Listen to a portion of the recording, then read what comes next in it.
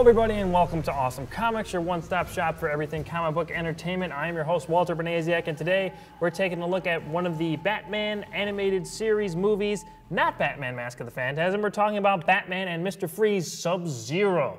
And to talk about it today, we have two special guests. We'll go with the one you're more familiar with that's on the show. It's Ayana Wade. What's up, Ayana? How's it going? Going pretty good. They got the icicles. Yeah, I was going for like a bat, snow, like I was going for a theme, guys. I tried. Good combo. Thank you. And to my left, he's always behind the camera, but today he's in front of the camera, Mr. Jim J. Ross. What's up? Hey, yeah, pretty good. That's what your face looks like. See? So When I come away from the camera. People love it. How's it feel to be in front of the camera today? It's a little odd, I do feel a little out of place, you know. We'll fit you right in. It's You're not building anything. I do feel like right, exactly. Under the table, I should just be fiddling or something. Don't. Yeah, no, okay. It comes across weird on camera. That's weird. Yeah. What are you doing under that table? So nice. Okay, so Sub-Zero, this was the second animated feature that came out from the team behind Batman the Animated Series.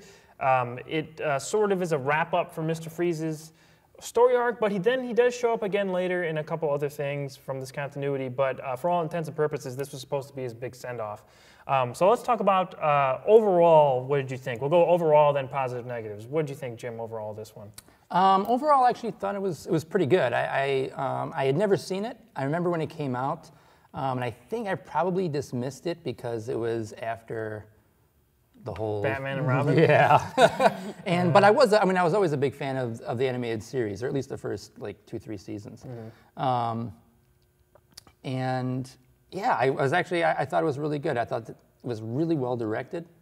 I thought the action sequences and stuff like that were really well laid out. Mm-hmm. And actually, Mr. Freeze is one of my favorite characters from the animated series. I thought he was, like, what they did with him in the animated series kind of put him like on the top bar for me for his like Batman villains, because he was so sympathetic and stuff like that, but also interesting. You know what I mean? You make a character who you drain all of the character out of, basically, and make him this cold, stark kind of character, but actually give him some humanity. I thought they pulled it off really well. Absolutely. Ayana, what did you think overall of this one? I like this one a lot. I think it's weird that it's like double billed on a DVD feature with Mask of the Phantasm, because I definitely don't think it's like that caliber, like in my opinion. Like, you know, it's not really quite up there. Mm-hmm. But it's very like Batman the Animated Series, which I love. I got my Batgirl in it. I like it. Yeah. Yeah, I'm basically on board with you guys with this. I've seen it a couple times now, and I just rewatched it just last night, so it's still pretty fresh in my brain. And there's a couple sequences that are great. I mean, like really well animated and stuff, really fluid. Some of the best animation from the show and the series. There's a couple in here that it looks great. But yeah, overall, it's not quite as epic as Mask of the Phantasm. Yeah. It doesn't aim to tell Batman's quasi-origin. It focuses on Mr. Freeze, which it's still good, and it still has some really strong scenes and some really strong motivation for Mr. Freeze and a couple of the other characters. So it's cool. It's just a smaller scale story. Although the ending at the oral Derek, we'll talk about all that in positives right now. So positives, what are some of the things you really liked about it, Jim? Again, I thought it was really well directed. I thought it was some really interesting camera angles and stuff like that they decided to go with, and the action sequences were super well laid out. Yeah. The animation for me was pretty solid. I felt like there were times when it kind of dipped. It was like, there were moments where the animation was like beautiful, and there were other moments where it was kind of took a back seat. But for the most part, I would say that the directing and the storytelling element of it was great. Mm-hmm.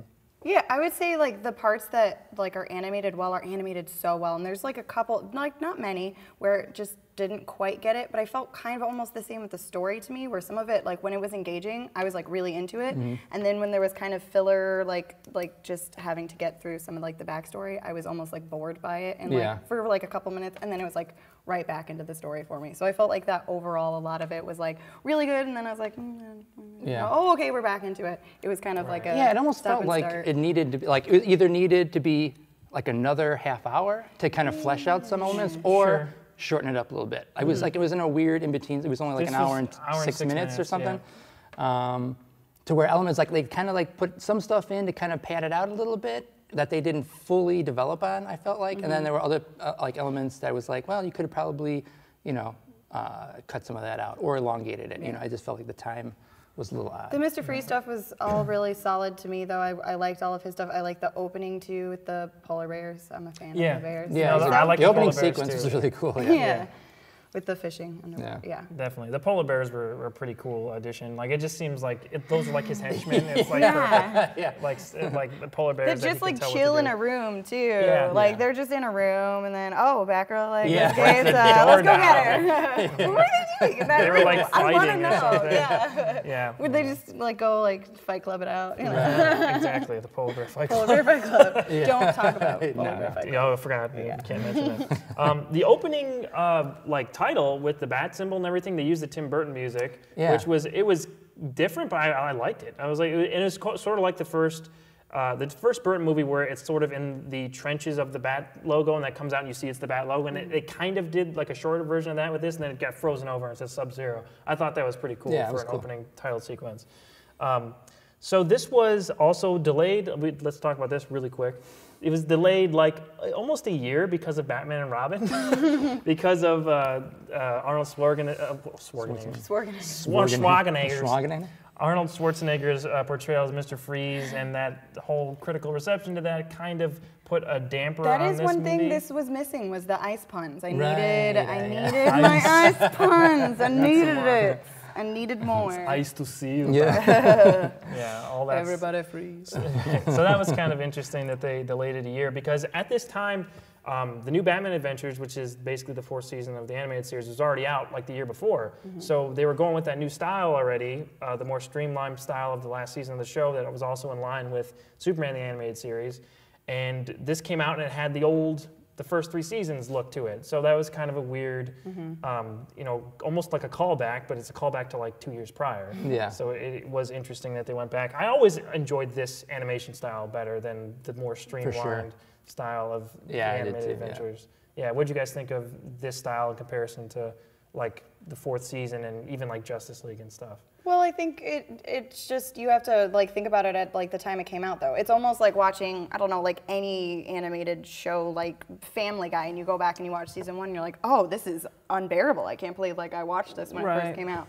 But also the new stuff is just so like computery done, and it's like doesn't have that like raw feeling to it. Like, so I would say this is almost that same thing where it still has like that warm. But I like that. I like that. Yeah, It's I actually imperfect. like the older, the earlier seasons. I thought the animation too. was beautiful.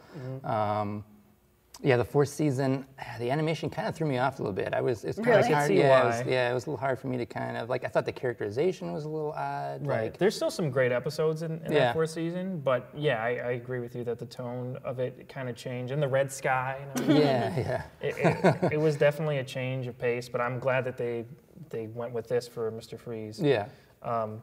Yeah, I think that some of the chase sequences too. There's that big chase with Robin on it's Dick Grayson outside of costume on the motorcycle, and they integrated the 3D stuff. I thought it worked pretty well in that scene. I mean, not perfect, but I mean, it does for the stand time, out. But at the time, it was, I thought it worked pretty well. I thought that was a pretty thrilling action scene. And Mr. Freeze is you know, built up in the animated series, like we're talking about, to be this emotionless, but still, I mean, Kunak. Let's talk about Kunak. Kunak, the little kid. The he just orphan keeps kid, with him, which is another way to humanize him. But I thought we had enough of that with Nora already. Yeah. So, but that was just a little extra thing. Like, he's still kind of a good guy deep down. Yeah. What do you guys think of Kunak? Did you guys like Kunak? This little addition there. He's fine. Yeah, it was fine. I didn't think he was necessarily needed. It was another one of those elements I meant, like, where if you were creating a bigger story, you know what I mean? If it was a little bit longer and you had a little bit more time to develop the flesh them relationship between her and Barbara Gordon, Yeah. you know what I mean? Then you would feel a little bit more like he was being like betrayed by Mr. Freeze. Or, you know what I mean? Like, but Just love that name. Yeah, because she immediately was like, "Oh, this kid, just help me," and he was like, "Okay." Yeah. You're kind of cute too, lady. So. That's pretty funny. So Barbara, let's talk a little about Barbara Gordon in this. So after seeing Killing Joke, It was weird. it is kind of strange seeing people interact now. It's just like, Especially with Dick there. I was like, ew, he doesn't know. yeah, and that is the relationship that works so easily. Can I just say that? If there's a ship or whatever, let's talk about the Dick Grayson and Barbara Gordon ship. I mean, it's great because it ultimately doesn't work out. Right. Which is it shouldn't work out. But Right. as them, as they were younger and under Batman and stuff, that's perfect. That should be explored more. I want more of that. So what did you think of those two relationships? It was sort of in the background. I think that's one of the things that could have fleshed out a little bit more. If I it was longer, fine with but it being in the background though, actually, Really? because I was more focused on Mr. Freeze. Yeah. So Yeah. like them just having like a little bit in the background where I was like, hey, let's go up the coast for the weekend. Like I was fine with it being Yeah. in the background. Yeah. I didn't really need more. Okay. But I also like knowing the animated series, knowing their background. I don't know if maybe coming into this, people would get that. Like not having watched anything else, like if they were just watching this, I don't know. I don't think Maybe they anyone would just. need it. I don't know anyone who just saw Sub-Zero, but I mean, I'm sure. I don't I'm sure either, there but I'm are. sure there's someone. Yeah, I'm there sure might there be. are, but yeah, I mean, I think it's a nice, for the most part, little microcosm of the series, I guess. I Yeah. mean, if nothing else, it should get you into the series because that's where everything is fantastic. So. That's a good point. Yeah, but what do you think, Jim, of the Dick Grayson Barbara Gordon relationship in general? Do you think that works? I think it works in the sense that it works because of it ultimately doesn't work. Yeah. You know what I mean? Like you said, that's sort of like you can understand there being the attraction in that element of the relationship, but the fact that it doesn't work out, that makes sense. Yeah. You know what I mean? Definitely. And in more than just like a one-night stand. Right. No, exactly. It's like we're giving Let's point that out I'm not really saying quick. like anyone has not done referencing that, anything Sex on a because that would rooftop. be weird, A right? little strange, for sure. Whatever. Mary Kay Bergman voiced Batgirl in this, and this is the only animated project she voiced Batgirl on. She passed away. She committed suicide in 1999, unfortunately. Yeah, like this came out in what, 98? 98. It was like right after this. Yeah. That's when that news came out, unfortunately. But she did a lot of voices on early South Park episodes. I was looking her up a little bit on her She's different done name. a lot. Yeah, She's in like everything. She was like a voice acting teacher and stuff. Yeah. So I thought she was really strong though as Batgirl. Oh, yeah. I love when Dr. Gregory or whatever is shooting at her with the oil behind her. And Oh, and yeah. It's like, stop. She calls him an idiot. I was like, oh, that's perfect. Yeah. Yeah, he's like, these are fuel tanks, you idiot. I was like, That that's didn't so deter him though. No, Right, he's and then like, he I kept don't shooting. care. He's like, I don't care. Well, that's why it caught on fire. Yeah. But I thought she was a really strong Batgirl. She Yeah. never voiced her in the series or any other movies. I liked her a lot. But I would have loved to hear her a little bit more because she tapped into something different that I don't think Tara Strong did, or I can't remember whoever voiced Batgirl in the first couple seasons of the animated series. But yeah, she tapped into something different. Like she was like more hard nosed, but still had like the really nice side with Dick and everything. Yeah. Yeah, it was an interesting change of pace because you could tell that the voice is different, but still had, it was a good different. Like it was a good, unique kind of take on the character. So it would have been cool if she was still around to see her I maybe agree. voice I her definitely another- would have seen more with her in it. Yeah, I liked her a lot in this. So, let's talk about the music. Okay, so this is not Shirley Walker, as you know, she did all the music on the animated series and stuff, and she's the big reason why that show was so successful. They brought in, I'm not sure how to pronounce this. I'm sorry, Michael McKistian. I'm not sure how to pronounce that, but he did the music, and there's still pretty strong music. That's good. Yeah, it's still pretty epic, feels cinematic and stuff. I kind of ranted a little bit about the Killing Joke, about how that music wasn't up to snuff. This felt like pretty epic. Yeah. What did you guys think of the music in this? Yeah, I thought it gave it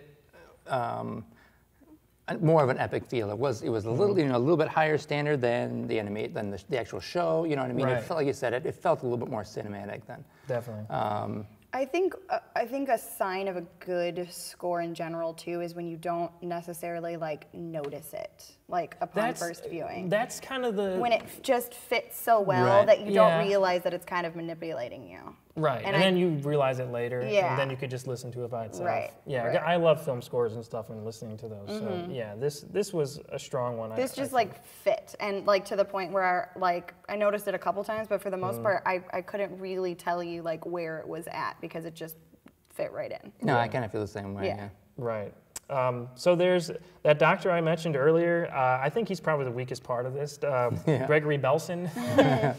Yeah, because he's not like an evil guy. He's just wants a money. jerk. He's just a He greedy, just- he's just a greedy yeah. asshole. He's just kind of a jerk. So it's like, but he's telling Mr. Freeze is like, like you got to get this person to get a transplant. He's like, well, it'll kill them. And he's like, But yeah, gold. yeah, and then he's like, well, this is gonna cost you. You're like, you're just gonna, okay. He's just a super jackass, I guess. Yeah. He's not really a villain. He's just kind of a jerk doctor, you know? Right. And I thought feel like was kinda weak. he didn't give a lot for Mr. Freeze to work off of, in a sense. You know what I Yeah. mean? Like, I felt like Mr. Freeze's character was actually a little weaker in this than even the animated series. I could see that. And maybe partly because he didn't have anybody really interesting to work off of. Like he had the two polar bears and this guy. You know what I mean? Konak! Yeah, so I don't know. Yeah, I kind of feel the same way. Like maybe even if I think it was a little bit longer, I don't know if they would have necessarily had enough to flesh him out. It was just character just He wasn't. was just that- kind of lame. Yeah, exactly. You know, I think they could have put someone else more interesting in there. yeah. Yeah. Did you feel the same way about that? Yeah, he was kind of a throwaway, kind of a character Yeah. for me. I didn't really care what happened to him, but that's fine. Yeah. Yeah. I'm okay with that. I mean, it's not about him. It's more about, Right. Right. I'm fine with it. I did want to talk about the climax. I really like the climax on the abandoned oil derrick. Just that whole setting is really cool. Yeah. And then how the fire comes yeah. up and incorporates, and the animation looks great. There's the very ending where Batman's swinging away on the rope on the Batwing, and he's like spinning around. I was like, oh, that looks so Yeah. good. It's just so fluid. Looks fantastic. What did you guys think of that whole climax and everything? I think that if you put it on another movie, maybe a little bit more of an interesting movie, that would have been a satisfying climax even for that. They're gonna go back and save Mr. Freeze That was after great. he was such a dick. That was great. but And they're then- like, well, yeah, but we're the good guys, so Yeah, come but on. then Batman has to Batman go- just lifting it up like a boss. Yeah, I love all that stuff. Yeah. So yeah, were you on board with that stuff? Yeah, no, I thought, like I said, the action sequences in the film I thought were great. They were beautifully laid out. Right. It was very reminiscent to me to sort of like the climax of Aliens. You know what I mean? Like a lot of kind of callbacks to me for that. You know, like they get to the end and like, oh shit, where's the Batwing, man? Yeah. You know what I mean? It kind of rises up and stuff. It is pretty cool. But yeah, no, I thought it was cool. Like that and the motorcycle chase sequence I thought were two like Yeah. really beautiful action agree. sequences. Yeah, I agree 100%. I wanted to suggest for anyone who's checking this out to go and watch Heart of Ice, which is like Mr. Freeze's introduction in the animated series. It's one of the best episodes of that entire series, and almost every episode is great. Yeah. So that one sticks out. But yeah, it redoes the origin of Mr. Freeze. It's from the animated series. The whole Nora, his wife being frozen, giving him that humanity and stuff. That's Yeah. all from Batman the animated series originally. So yeah, that's all great stuff. Also, there's an episode called Deep Freeze. That's also a great episode Yeah. of the animated series. Which this really feels like a continuation of. It Like, does, this yeah. really, It does. it blends in like perfectly with that. Oh, yeah. Absolutely. So yeah, really quickly, what do you guys think of how they changed Mr. Freeze's? Because he was not exactly a throwaway character, but he was sort of not one of the best Batman villains, and they brought him up here to be a really unique, cool villain. So what do you think of the animated series origin of him? Well, I like Mr. Freeze as a character, so I like an excuse to see more of him, and I like when they flesh out his origin personally. Right. But, you know. I got you. Yeah, no, again, I was never like a huge Mr. Freeze fan until the animated series, and then he was like elevated to one of my favorite villains. And then Schwarzenegger covered him, and you were like, what? They still had that. They gave him that origin too in Right. in the movie. So Yeah, it but was they almost couldn't like, save it. What the hell? Yeah. Come on. Yeah. Yeah, that was very strange. But yeah, he came off as honestly probably one of the strongest characters in the animated series, Yeah. which is weird to say because it doesn't show up all that much. Right. He shows up in like a handful of episodes, I think. When you get a good character, man, you get a good character in Yeah. the show. Like, Yeah, absolutely. He's great. Yeah. So bottom line, we want more polar bears. Yeah. yes, If you're gonna bring Mr. Freeze back to live action, he needs to have polar bear guards. yes. That'd be great. But would you do like practical effects, or would you like CGI them? Because You- CGI bears, I think they would, of course, they'd CGI bears, but Yeah. then it just Right. looked like the Coke commercials. Right, yeah, that's true. They could yeah. smile and Right. drink bottles. You could and have stuff. Benedict Cumberbatch play one of them, so he has to wear that weird green screen suit again, and just have like someone's head on him. Yeah, that'd be hilarious. Okay. Any last words about this one, Ayana? I like it. It's a definitely a good one to have in your collection, and sure. it's a good Batman story. It's another good Batgirl story. It's a good Batgirl So, story. I need those good It Batgirl shows, stories. and if we can mention, it shows her resourcefulness and shows Yeah. that It really she's not does. just wants to go after Right. Batman or whatever. Yeah, It exactly. really gives her a good How competent she characterization. is, even when she's not in the Batgirl Exactly. suit. Yeah, And she's as trying to Barbara escape. Gordon, Right. not just as Batgirl Right. and Yeah. as a Batkick. Batkick? Bat Sidekick? Sure. We'll go with that. But yeah, I totally agree with you. Jim, last words? Yeah, I would say check it out. I'm actually sorry that it took so long for me to check it out. I wish I had It's the first time watched you saw it. Yeah, this was the first time I had seen it. And like I said, I was a big fan of the animated series and a big fan of Mr. Freeze from the animated series. So Right. it was kind of cool to see that, basically the kind of the end of his storyline in Yeah. a sense. It was a good way to kind of cap it off. Right. That Batman Beyond episode is called Meltdown, where he kind of comes back, which is a great episode of that show. So go ahead and check that out. Yeah, this is really good, man. Go check it out. I got a little double feature with Mask of the Phantasm. A lot of fun. Pick of the week this week, I wanted to suggest the Batman Adventures. I have a trade here from a while back. It's kind of a random collection of stories, sort of a best of this line from a while back. There's a good forward by Paul Dini that I think you'll enjoy. So if you like the show, you'll like this as well. I mean, it fleshes out certain things here and there, and it's just a lot of fun to see those character models on a comic book. It's just fun and different, and I like it a lot. So go ahead and check out that whole line. Specifically, this one is just a sort of just random collection. There's not really a title or anything on it. So the Batman Adventures, anytime you can pick that up, go ahead and check it out. It's a lot of fun and a good companion for the animated series. Okay, so social medias. Jim, I know you've been doing awesome build on the YouTube channel here. Yeah. And you also have a fan page. Yeah, you can find me on James Jim J-Raz on Facebook. And yeah, I do stuff for Nostalgia Critic. So I have a show on called Awesome Builds on Channel Awesome. So yeah, check it out. Yep, it's a lot of fun, that show. And Ayana, of course. Right here is where you can find me. I'm right here every Boom. week. You know it. Exactly. That's where I'll be. And Twitter and Facebook. The usual spots that you already talked to me. You can find me on Twitter at awesome_Walter. We'll be talking, of course, all the time. We all talk about the animated shows and the live action movies, whatever's coming out, superhero related, comic book related. Talk to us about it. We'll be willing to do that. Okay, so until next week, I'm pretty sure Porter will be back. I know some of you guys have been missing him the last couple of weeks. Go ahead and like the Facebook page, facebook.com/awesomecomicshow. Always exclusive videos on Thursday, so go check that out. And until next week, I'm Walter Bernasiak. For these folks, they're fantastic, and we'll see you on the next page.